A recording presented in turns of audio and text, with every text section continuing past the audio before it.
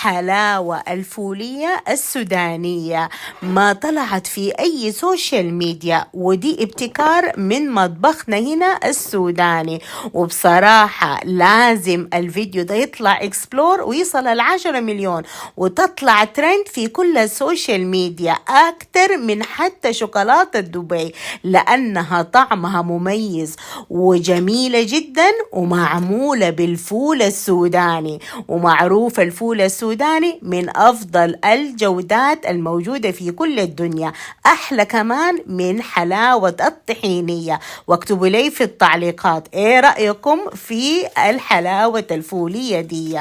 بنبتدي بسمسم القضارف في الطوة، ملعقتين كبار، وبحمصهم لحد ما اللون بتاعهم يوصل اللون الذهبي، ذهب السودان الغالي عيار 24.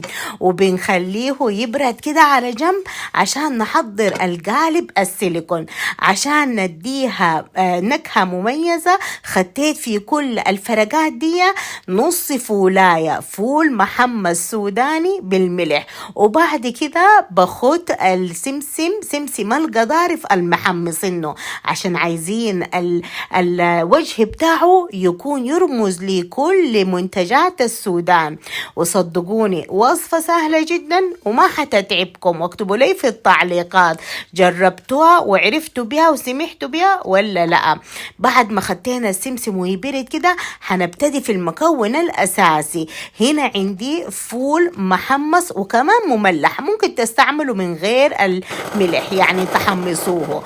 بستعمل في الأول كوباية وبسحنها، احنا عايزين المقدار يكون كوباية كاملة من زبدة الفول السوداني، ولازم القوام بتاعه يكون ناعم ما يكون فيه أي يعني خشونة. ده أهم حاجة في حلاوة الفولية السودانية.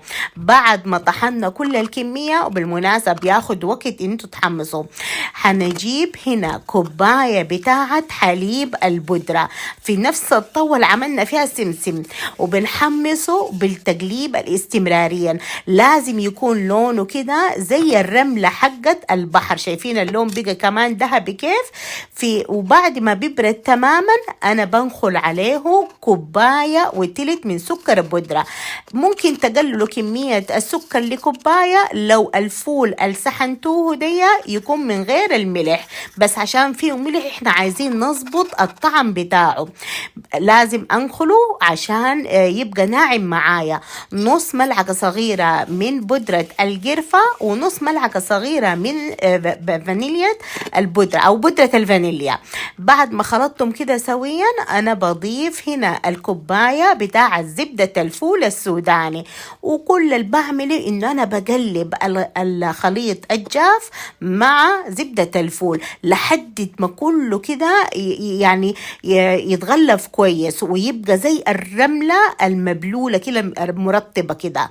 وحتى لو مسكته بإيدي بقوم بيمسك معايا وممكن يفرتق.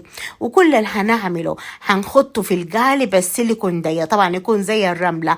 وبعد ما باخد كل الكمية عشان يمسك معايا ببتدي إنه أنا أفرده وأساويه وأضغط فيه عليه يعني كتير جدا جدا، أضغط عشان ما يفرتق معايا. بريحه في الثلاجة لمدة 3 ل4 ساعات ما أكتر من كده، وبكون جاهز معاكم حلاوة فولية سودانية أحلى من حلاوة طحينية. وصدقوني لو جربتوها ما حتشبعوا منها. وعاد إن شاء الله الفيديو ده يطلع اكسبلور ويصل 10 مليون مع أحلى وصفات السودانية مميزة وما طلعت في أي سوشيال ميديا. رهيب رهيب رهيب، هو كده كرامبلي والطعم جنان. مين بيقول كلمة جنان دي؟